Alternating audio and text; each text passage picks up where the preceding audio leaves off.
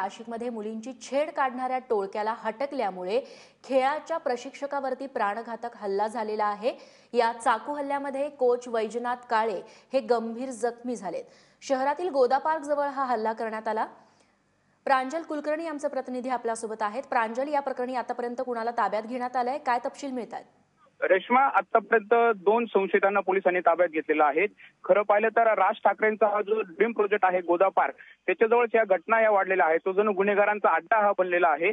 आज सकाळी वैजनाथ काळे हे 35 वर्षीय कोच आहेत आणि आज काल जे राज्यस्तरीय मुलं आलेली होती, खेळाडू इथे आलेले आहेत, त्यांना ट्रेनिंग देण्याचं काम हे सकाळी सुरू होतं। हे ट्रेनिंग देत असताना 2 मुलं ही दारूच्या नशेमध्ये आली आणि त्यांनी या मुलींना एकदम खालच्या भाषेमध्ये त्यांना शिवीगाळ केली आणि त्यांची छेड हे करायला लागली। हे सर्व सुरू असताना या कोचने त्यांना हटकलं, त्यांना याचा जाब विचारला असता त्यांनी सरळ आपल्याजवळील चॉपर आणि चाकूच्या साहाय्याने त्यांच्या अंगावरती वार केलेले आहेत।